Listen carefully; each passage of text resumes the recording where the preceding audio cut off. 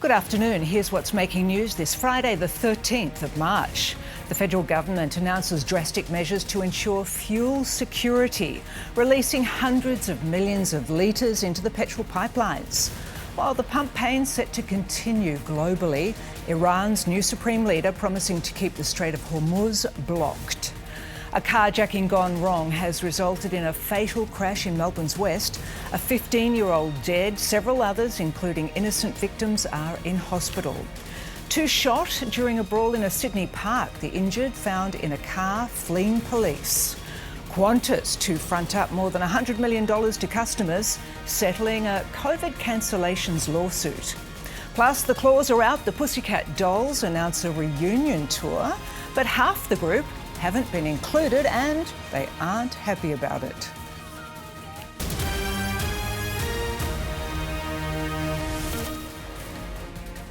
This is 10 News Lunchtime with Jennifer Keyte. Good afternoon. The federal government's announced emergency measures to ease the pressure at the pump. More than 700 million litres of petrol and diesel will be released from the reserves and into the market in the hopes it will ease panic buying and price gouging. Live to federal politics reporter Matthew Castunan at Parliament House. Matt, how will they do it? Good afternoon, Jen. The government will lower the minimum stock holding obligations for fuel companies. That is basically what base amount of fuel we must have in our reserves. So for diesel, that means the minimum will be lowered from 2.7 billion litres to 2.2 billion litres. For petrol, it will go from 1 billion litres to 700 million litres, leaving that excess of 700 million litres. That's around 20% from those stockpiles. That'll be pumped into our domestic market to keep up with demand and hopefully curb the panic buying we've been seeing at petrol stations right across the country. For now, though, fuel rationing is not being considered by the government, but as we know, of course, the war in the Middle East is a fast-moving situation. Now, the opposition, they've accused the Energy Minister of sending mixed messages over whether or not there is a fuel crisis here at home. It won't flow immediately. The supply chain is very complicated for the fuel companies. It's not like they can just press a button and get fuel out the door, but it will make a difference going forward and help them, help regional communities.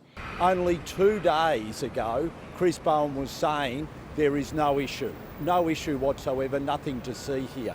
Now we've had 2 announcements and he's saying he doesn't need to do anything more. Well, the Australian people need more. So the question now is, will this measure help ease the concerns of Australians across the board? I'll have more on that in the news at 5. Jen?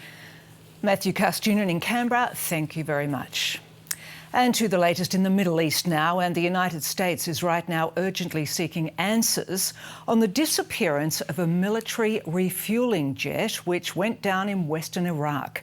Limited details are available, but US Central Command has said the incident did not involve hostile or friendly fire, and a second aircraft was also involved. That second plane has made a safe landing. Analysts telling CBS News it is possible the 2 aircraft collided. Global fuel security is set to remain a major issue, with Iran's new leader vowing to ensure the Strait of Hormuz remains blocked. Ayatollah Mujtaba Khamenei has not been heard from or seen since he replaced his father as supreme leader, but has today issued a statement outlining new threats, which was read on Iranian state TV. Iran state-run TV read a message Thursday attributed to its new supreme leader, Ayatollah Mujtaba Khamenei, who defiantly vowed to continue to block the Strait of Hormuz and target other Gulf nations supporting the United States. Iranian missiles continue to target oil tankers in the strait, which is a key waterway for the global export of crude oil. Those countries who have joined the aggression should not benefit from safe passage through the Strait of Hormuz. Iranian drones have also damaged oil facilities of U.S. allies in the region, like Bahrain. The Iranian regime is trying to create chaos to back us off and keep them in power. The single worst thing we could do is leave this regime in power. Some lawmakers continue to raise concerns about Operation Epic Fury and the bombing of an Iranian girls' school. Sources tell CBS News a preliminary assessment suggests the U.S. was likely responsible. Can you guess how we could have gotten this wrong in Iran and targeted a children's school? Ma'am, I would hesitate to speculate with any incident like this. There's, I would just say there's usually a chain of errors and mistakes that happen, similar to an aviation accident or some other transportation accident. And I would say we just need to let the investigation play out and find all those factors. Sources say the strike was possibly due to dated intelligence that wrongly identified the school as part of an Iranian military installation. Serious questions are being asked about how a handler for the Iranian women's football team with links to the terror regime was granted a visa for Australia. He's since left the country, but now a whistleblower has told 10 News Plus she was explicitly warned by Mohammed Salari not to attend an Asian Cup match while he made a throat-slitting gesture at her. Out of our country, IRGC. In this hotel stairwell on Monday night, he was panicking, being chased by community activists. After a group of Iranian footballers escaped his control and chose safety in Australia. But that minder, Mohammed Salari, we're told, has dished out plenty of threats himself. For the first time in my life, I was absolutely terrified. Sandra, which isn't her real name, doesn't want to be identified for safety reasons. But it's tonight going public with allegations against Mohammed Salari, a hardline Islamist with known ties to regime leaders. Here he is with Iran's foreign minister. Allegations which are now under investigation by Queensland Police. Sandra, thanks for speaking with us. What were the threats that you received? The direct message was that tell her not to come to save them. He used his finger to wrap it around his neck to say, I'm going to assassinate you. Now, that sign is a Iranian government signature. Sandra, a prominent Iranian-Australian business leader who had been trying to help the players, claims regime agents made the same threat to others as Salari ratcheted up the fear. He said she better not come to the stadium if she cares about herself and her beloved Australians. And your interpretation of that was that he wasn't just threatening your safety, but the safety of Australians as well?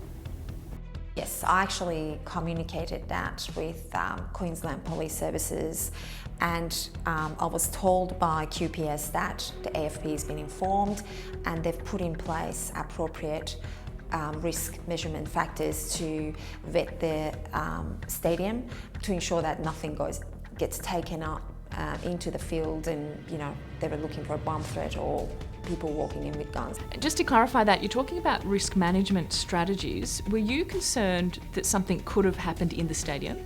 Yes, I was extremely concerned. The international headlines began when the footballers refused to sing the Iranian regime's anthem at their first Women's Asia Cup match. Branded traitors by Iranian state media, and with grave fears for their safety if they returned home, 6 of the women have now sought asylum. Iranian Australian community members tried to stop the others leaving. That move was witnessed inside Iran, with one woman in the country risking her safety to send this message to those activists. We are all talking about you here. Oh, how we cried our eyes out when we saw you lie down in front of their bus. It felt as if we were there with you. I was shouting in front of the TV, "Stay, don't come back." Sandra says she raised her concerns with Queensland Premier David Crisafulli and Federal Senator Sarah Henderson, who passed on those fears to the Department of Home Affairs. But questions are now being asked about why Mohammed Salari was even allowed into Australia. He's now left the country, leaving behind a trail of trauma. Vulnerable, scared, intimidated, angry, because we are Australians first and foremost. A failed carjacking has led to a fatal crash in Melbourne's west. The chaotic scenes played out at Hoppers Crossing late on Thursday night. A 15-year-old is dead and multiple others, including innocent victims, are in hospital. Jack Perry is at the scene. Victoria Police are currently investigating the circumstances that have led to the death of a teenager here at Hoppers Crossing after a fatal car crash early this morning. CCTV captured a crash between three vehicles around midnight. Police say an allegedly stolen Skoda was attempting to carjack a Toyota sedan. The Toyota was able to flee, but the Skoda collided with a Ford Ranger, causing the stolen car to roll multiple times. Inside the car were a group of teenagers, one of which died at the scene, while two others fled, leaving their friend for dead.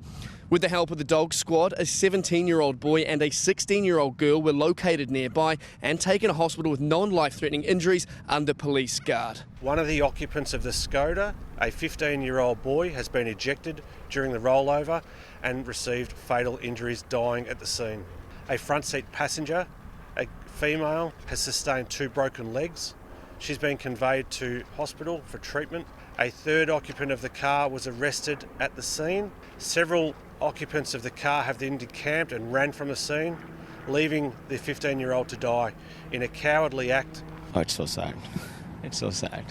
It's drag racing every day. Something happened every day on the other roads, in a plaza as well. But yes, this is so bad. The occupants of the other vehicles impacted were also taken to hospital with minor injuries. 2 men have been shot during a brawl at a park in Western Sydney. The victims were bundled into a car and later discovered by police at the conclusion of a pursuit. Olivia Blunden has more.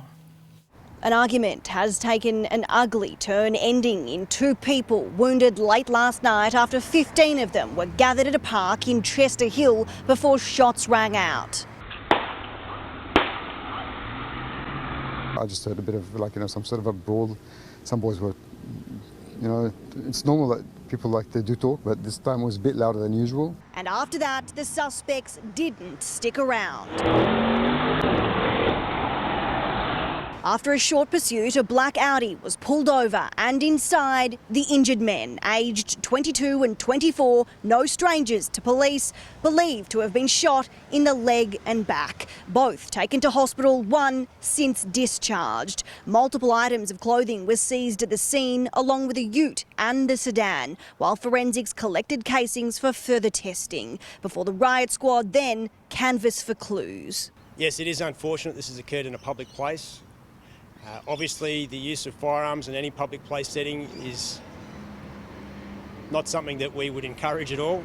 Despite there being multiple witnesses to the crime, police want help in identifying all those responsible as they probe links to a notorious Sydney crime family. We are hoping to investigate all lines of inquiry that are presented to us, but it depends upon the information that we are provided and the credibility of that information. What were they all discussing when this meet-up didn't quite go according to plan? That is the million-dollar question. Qantas has settled a class action brought by customers who purchased tickets on cancelled flights during COVID. The airline will pay $105 million to affected customers, but make no admission of liability. Impacted travellers had tickets between the 1st of January 2020 and the 1st of November 2022. The settlement is subject to approval by the Federal Court. And coming up today, a massive speed bump for motorists. The eye-watering length of time, Sydney's link to the West will be closed. The links to ISIS behind a deadly mass shooting in the US. And homes washed away as major flooding carves a path of destruction through Peru.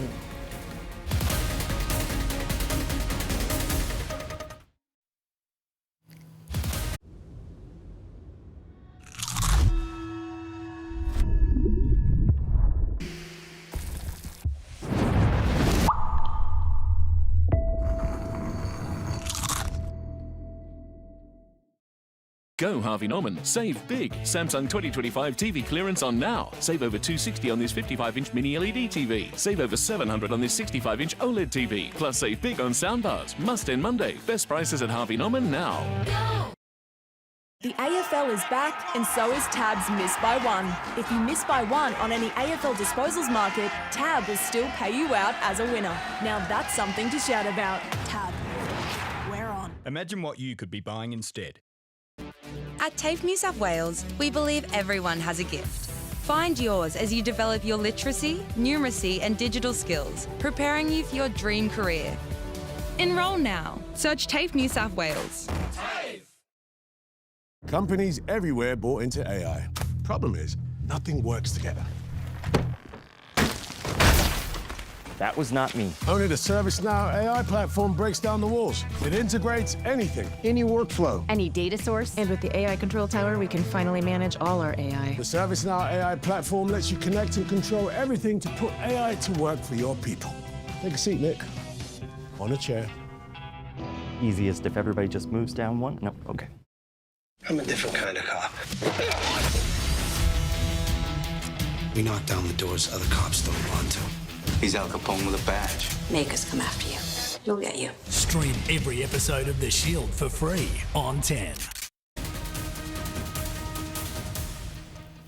To the day's other news now, and 2 teens riding an e-bike have been killed in a horrific crash south of Brisbane.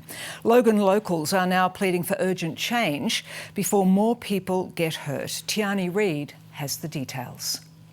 A 16-year-old boy and 15-year-old girl were riding in Greenbank last night without their headlights on when a motorbike driving in the opposite direction overtook a vehicle, crashing into their e-bike. The 2 teens died at the scene and the motorbike rider was taken to hospital in a serious but stable condition. The tragedy comes just a week after an inquiry recommended new tougher laws in Queensland, including that riders should be required to hold a learner's licence, must be over 16 years old, and that devices not limited to 25 kilometres per hour should be defined as a motorcycle.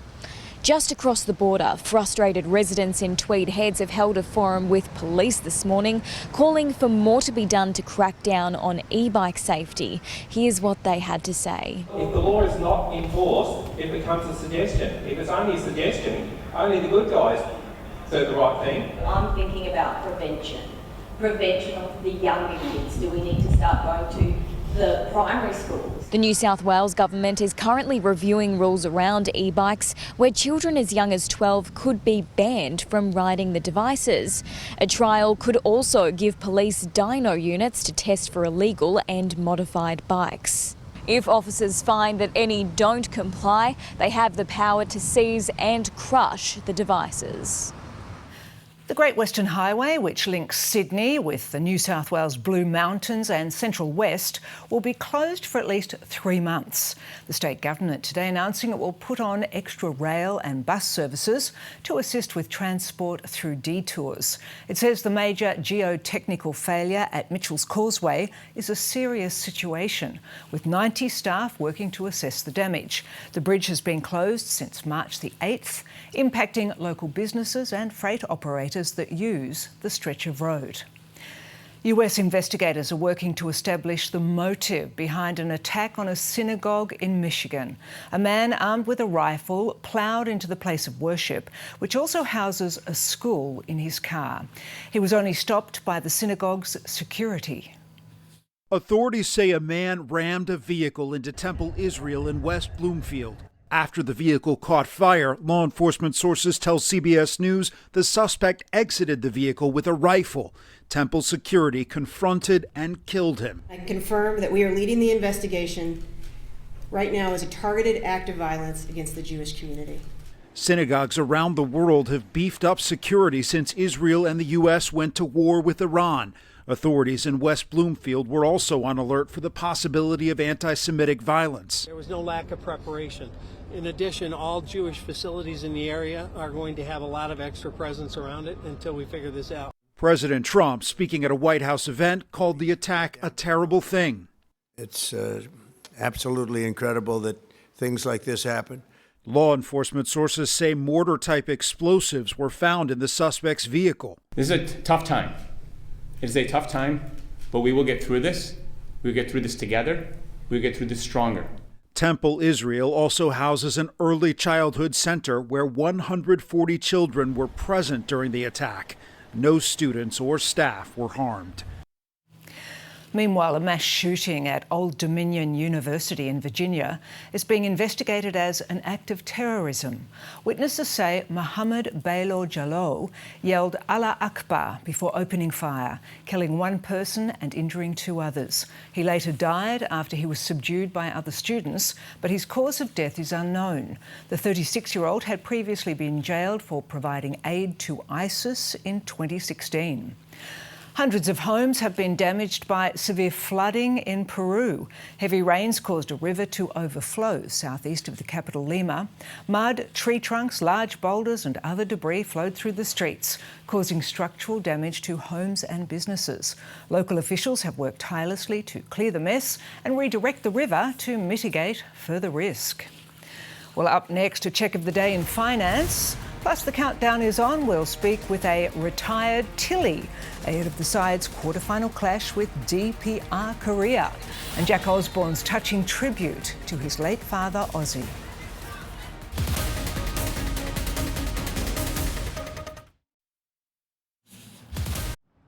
When you smoke, the chemicals you inhale cause mutations in your body. And that's how cancer starts. For help to quit, visit I Can Quit or call Quitline. I'm the random South guy. No, I am. There's only one true random South guy. And that guy works for Budget Direct. I can't believe one person could do so much.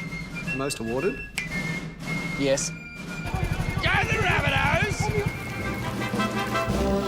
Hey, Blake, that random South guy gets around. Who says it's just one person? Up the bunnies! Get your plot twisting, case cracking. What could go wrong? Crime Time, Fix on 10. You kidding me? That's a first. Federal agent, drop the weapon! I want to see your hands! You're enjoying this. That obvious? I can't get over it. Matlock in my court. You really are incredible at this.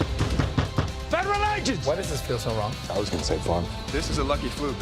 Not so lucky if you're the killer. That was bad. Matlock. NCIS! NCIS Sydney. Crime Time on 10.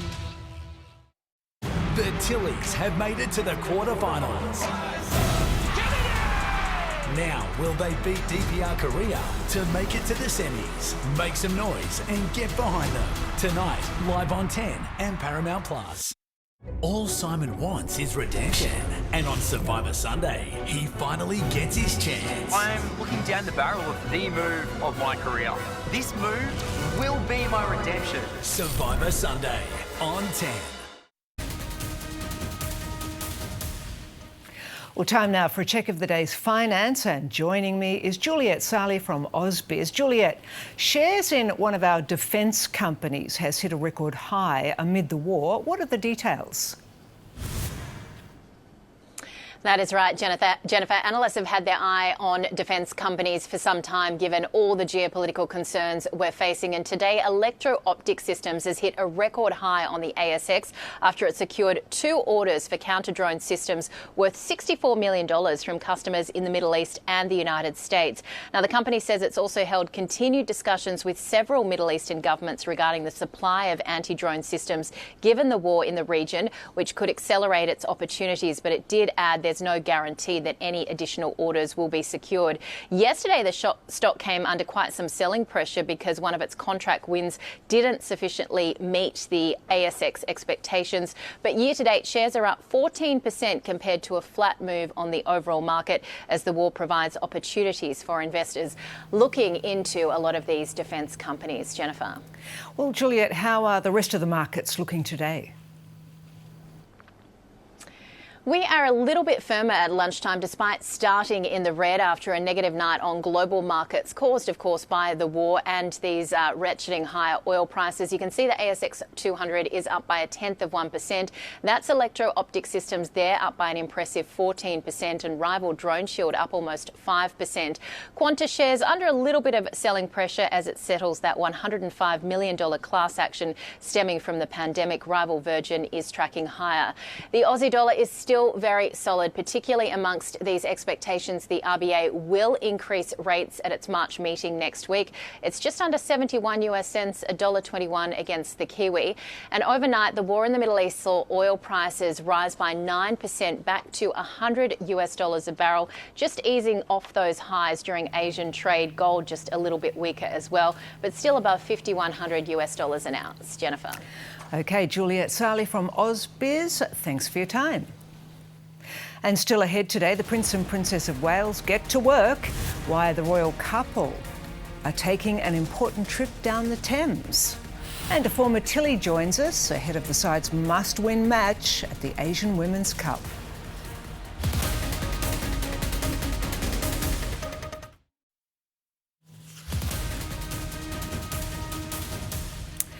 The Prince and Princess of Wales have taken to the River Thames, climbing on board a lifeboat.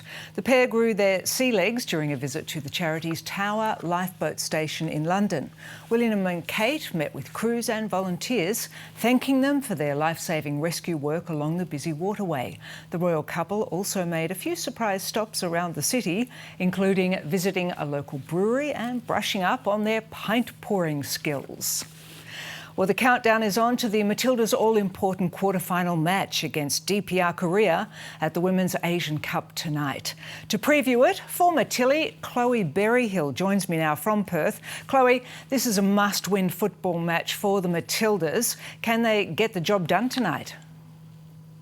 Absolutely. I can't wait for the game tonight. It's definitely not going to go without a fight from DPR Korea. They're definitely a hard team to fight, Jen.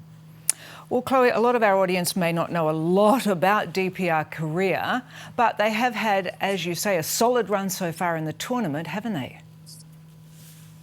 They definitely have, and DPR Korea so far have scored 9 goals in this tournament. They've had 2 wins and 1 loss in their group stage. Funnily enough, they've played the Matildas 15 times. They've actually won 6 times against the Matildas, had 5 draws and only 4 losses. A lot of pressure. Well, Joe Montemuro will be sweating on a couple of players bouncing back from injury. How will the Matildas line up tonight? Yeah, look, we've had confirmation of 2 players that won't be in the starting lineup, which will be Hayley Rasso, Steph Catley. But I'm definitely looking forward to the integration of Emily Van Egmont and Amy Sayer that will hopefully be back in the lineup. I hope that their injection into the team will be useful for the girls tonight. Well, they're back in Perth, but playing at the smaller rectangular stadium. How will that impact the game? I think that it's going to impact the game in the most successful way. I think if we're playing in a rectangular stadium, people are closer to the field, and having 45,000 people that were at the game in the first round will be more electric when we're in a smaller stadium. Well, finally, score prediction. How do you think it's going to end? I'm going to go with a humbled 1-0. I think the game's definitely going to be a hard battle, and I think it's going to be won in the middle of the field tonight, and a 1-0 win sounds about fitting. And how do you think Joe Montemuro is travelling as the coach? Yeah, look, I think for him, he's had a lot of headaches. There's been a lot that's been happening in this tournament so far with player injury and a lot of travel from the girls being in Perth, back to the Gold Coast and in Sydney, and now back in Perth. For him, he's definitely having to keep the ship steady and kind of pursue the girls to get them ready for tonight. OK, well, thank you, Chloe. And, of course, you can catch all the action live right here on Channel 10 tonight. Well, up next, we're live to LA. Ange Bishop is standing by with all your entertainment news, including the claws are out between the Pussycat Dolls, why a reunion tour has sparked a major catfight. Plus, we sit down with Hollywood superstar Ryan Gosling as Project Hail Mary hits cinemas.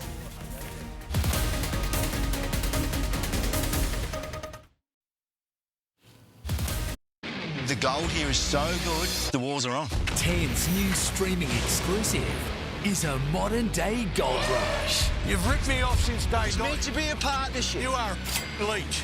Stream free on 10. That's 20,000. Oh my God, they're all saying deal. 20 grand's a lot. Bang it. Will her 20k gamble pay off? Saturday's football is ready for takeoff. The Mariners are flying. Can Adelaide bring them back to earth? Then, can Newcastle edge closer to the Premier's plate against Auckland? Live on 10 Drama and Paramount Plus. On demand at your fingertips wherever you are, it is all the news you need. 10 News Late. Watch and stream free tonight on 10. Saturday. This place just gets weirder. Feels like an art gallery. And weirder. Business with home attached and weirder. This is an unusual one for us. Will this design disaster become fit for a family? Love it or list it. Saturday on 10. Weekdays on 10. It's a race to the finish line. Just don't come last. A carat is the measure of purity of what metal? Gold. Correct. Which royal became Duke of Edinburgh in 2023? Prince Edward. Correct. Which Marvel superhero is described as the God of Thunder? Thor. Correct. Congratulations, Nina! I'm so sorry. The finish line, followed by Lingo. Weekdays on 10. This is Ben. He's part of the family. Ben, what's wrong? It's me, Lucy. Ben.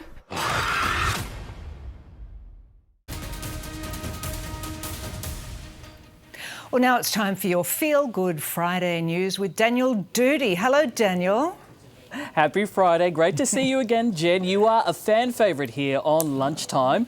It was an open-wide operation for this dentist working on Werribee open-range zoos. Sansa, the cheetah, who went under surgery after breaking 2 of her front teeth. Dr. David Clark performed the delicate procedure, removing the damaged nerve and saving the tooth so the 11-year-old can return to eating comfortably.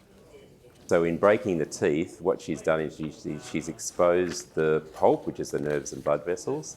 So I did a root canal procedure, which means going in and taking out the nerve and the blood vessels, and then filled the tooth and put a filling on the outside.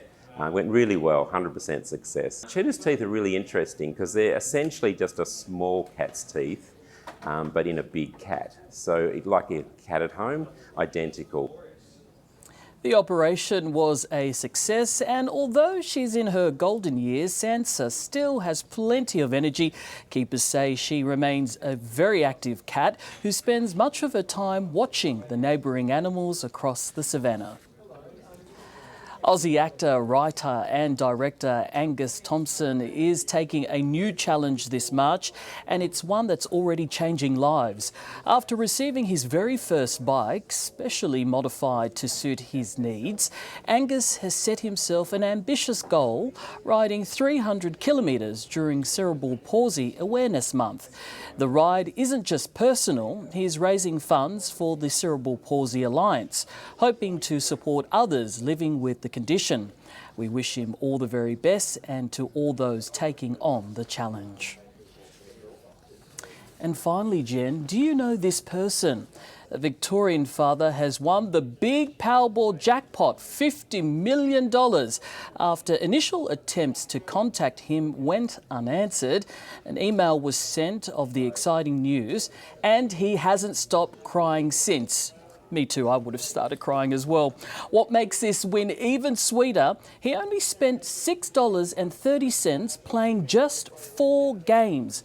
The new multi-millionaire says the first thing on his list is buying a house for each of his kids, probably several, and finally becoming mortgage-free himself. How lucky. I would love to be his best friend right now.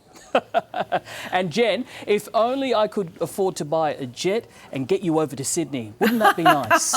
I would love that. I wouldn't say no. Thank you, Daniel. Well, now let's turn to the world of entertainment, and to bring us up to speed with the latest celebrity headlines, Ange Bishop is live in LA. Ange, it's a buzzy weekend in Hollywood, but there's breaking news from home. Yeah, some sad breaking news, Jen. It's been announced that legendary music festival Bluesfest has been cancelled just 3 weeks before the artists were due to take the stage. It was all due to start at Byron Bay on the 2nd of April with a reformed Split Ends as the headline act. It's of course been running since 1990, so this news has come as a major shock. A short time ago, organisers revealed a liquidator has been appointed to manage all financial matters for Bluesfest Byron Bay, including vendor and partner obligations. Ticket holders, including parking pass customers and campers, will be contacted directly by the appointed liquidator with further information regarding the process for submitting claims and any potential refund arrangements. As I said, Jen, this story is just breaking now, and we'll have more on that in your local 10 News at 5. Now to a highly anticipated movie that is 25 years in the making. And I am talking about the sequel to The Devil Wears Prada 2. And unless you have an ugly skirt convention to get to, you're going to want to be in the seats in cinemas on May 1st when it premieres. Pull yourself together. We have work to do. And by we, I mean you.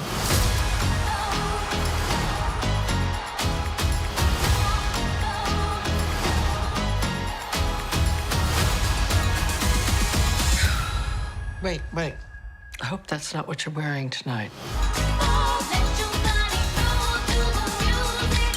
May the bridges I burn light my way.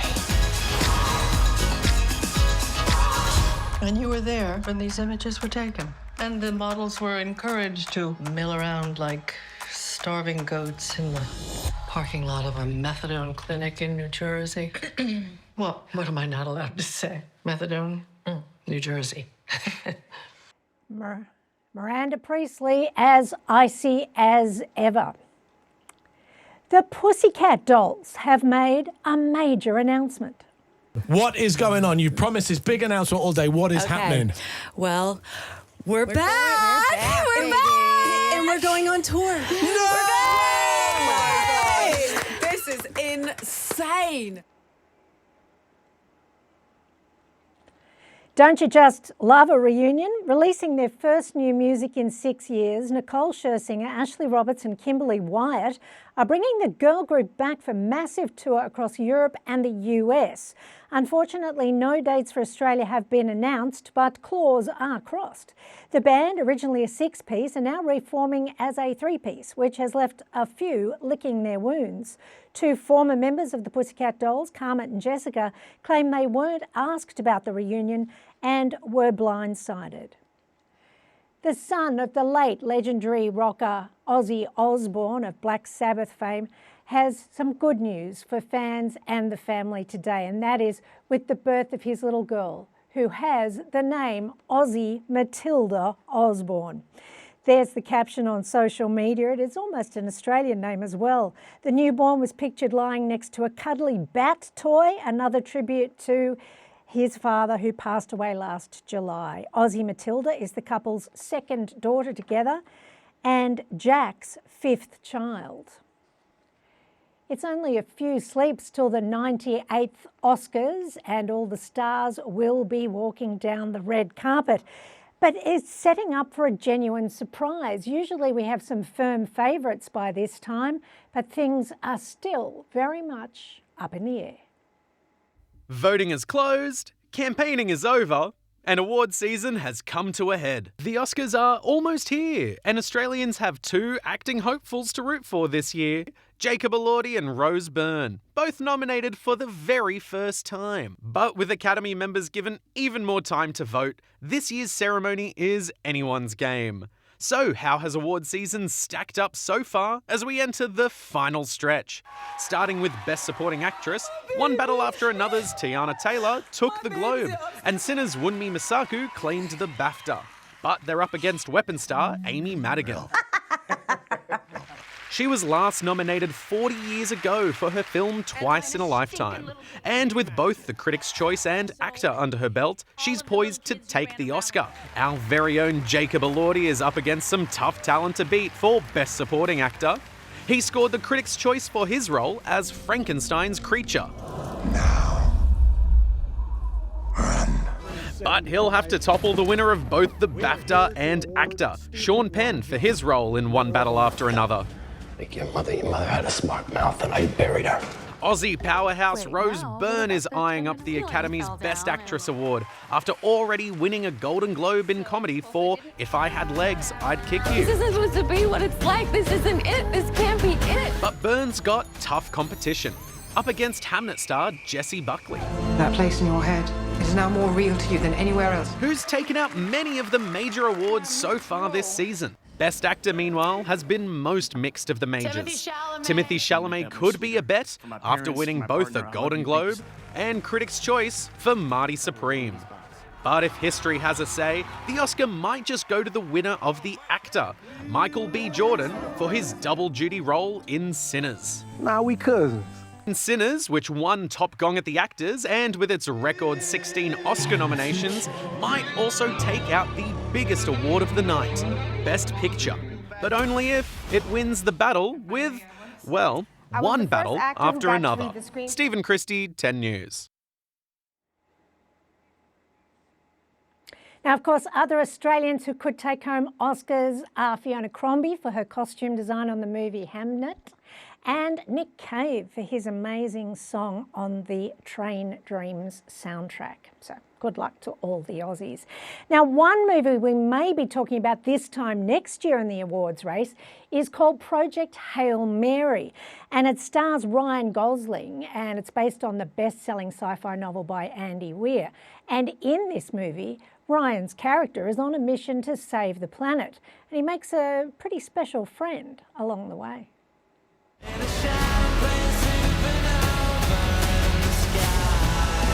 If you've been tempted to take another cinematic journey into outer space, why not take it with Ryan Gosling and his very good friend, Rocky? So, I met an alien. He's kind of growing on me. At least he's not growing in me, you know, which was a concern for a little while. Your good buddy Rocky, was he real? Was he there? He was real, he was there. In fact, he's here in the hotel as we speak, and he's staying in the presidential suite. Wow, I hope he doesn't run up too much of a tab. Yeah, I know, and he's not helping me do press. So you can see he's a bit of a diva, but he's worth it. He's the best alien friend you're ever gonna have. I'm Grace. I'm gonna call you Rocky. Thumbs up. No, that's thumbs down. We do the thumbs up. It's close enough. Project Hail Mary is based on the best-selling book by Andy Weir, who also wrote The Martian, which became the award-winning movie starring Matt Damon. But Ryan's character is no astronaut. I put the knot in astronaut. I've never done anything. I've never done a spacewalk. I can't even moonwalk. You generally look pretty lovely on camera, but never lovelier than in this. And I'm thinking that's because you were working with Australia's finest, Mr. Greg Fraser. 3, 2, 1, act. He's the best of the best. It's been a career goal of mine to work with him, and I think he's created a vision of space like no other. He's raised the bar for all other DPs. This is truly some historic work he's done. The world that takes place at the top and the bottom of frame is as important as what takes place left and right. With IMAX, the feel, the scale and grandeur of this incredible story. The movie also stars Sandra Hüller, Academy Award-nominated star of Anatomy of a Fall. The consensus here is that it would be preferable if you did not die. Thanks, guys. We've seen the early reviews are out of this world. Sorry about that phrase, but it's kind of appropriate. What do you think audiences are going to take away from it? It's so beautiful. You will see things that you can't even imagine that really touch you just because they're so beautiful. It is such a great film about what connection can do and what we are capable of when we really work together. You're a great scientist, Dr. Grace, and a great human being. The world is counting on you. This isn't your first rodeo being in a film about going to space. We have serious problems. Is it something you'd do one day? Go to space? No, I wouldn't. No, I'm happy. I like it here. I like to pretend to go there, but I don't want to go there.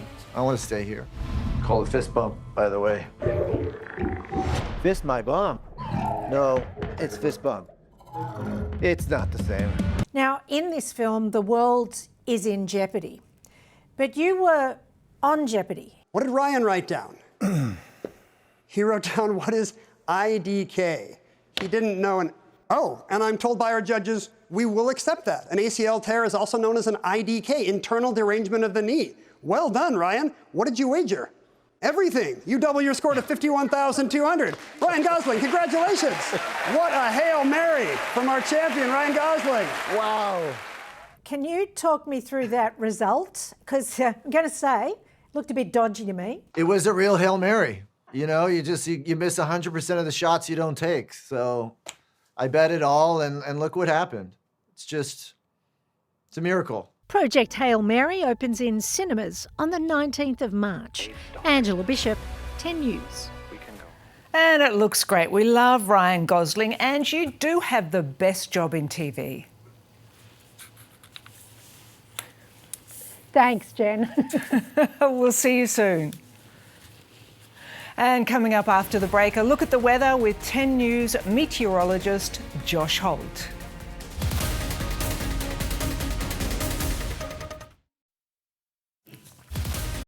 Companies everywhere bought into AI. Problem is, nothing works together. That was not me. Only the ServiceNow AI platform breaks down the walls. It integrates anything, any workflow. Any data source. And with the AI Control Tower, we can finally manage all our AI. The ServiceNow AI platform lets you connect and control everything to put AI to work for your people. Take a seat, Nick. On a chair. Easiest if everybody just moves down one? No, okay. When you smoke, the chemicals you inhale cause mutations in your body. And that's how cancer starts. For help to quit, visit I Can Quit or call Quitline. The AFL is back, and so is Tab's Miss by One. If you miss by one on any AFL disposals market, Tab will still pay you out as a winner. Now that's something to shout about. Tab, we're on. Imagine what you could be buying instead. I'm the random South guy. No, I am. There's only one true random South guy. And that guy works for Budget Direct. I can't believe one person could do so much. Most awarded? Yes. Go the Rabbitohs! Hey, Blake, that random South guy gets around. Who says it's just one person? Up the bunnies! I'm ready to give away $1 million. Rebecca Gibney's got the cash. What is it? But can you handle the heat and play along? Go easy on the question then. I've got to bring the drama.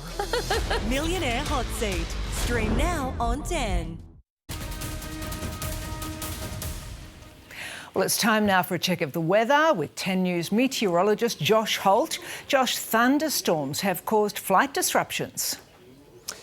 Good afternoon, Jen. Happy Friday. Probably not too happy if you're flying into Brisbane right now. We have had a line of thunderstorms move across northeast New South Wales, popping over the border into those southern reaches of Queensland.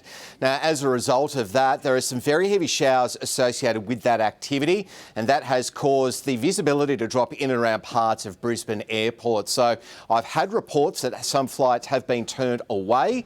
So maybe check the latest flight information if you are flying up and down the east coast this afternoon.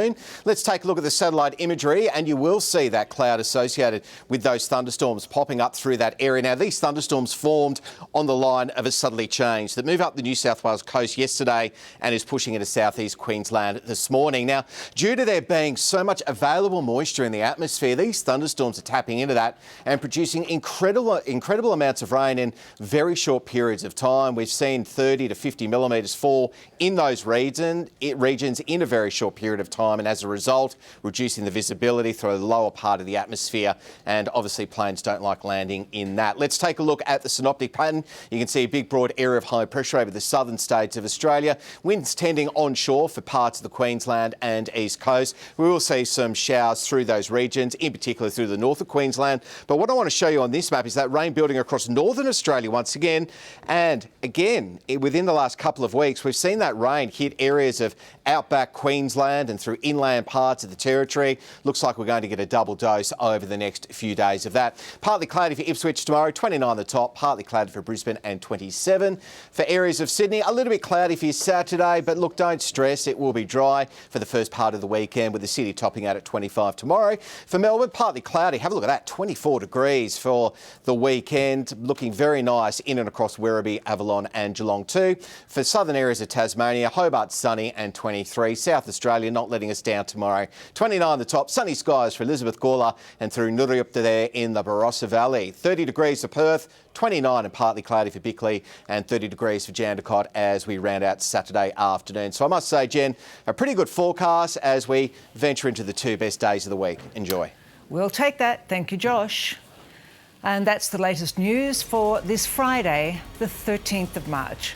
I'm Jennifer Keyte. Join us for your local 10 news at 5 o'clock. Until then, have a wonderful afternoon.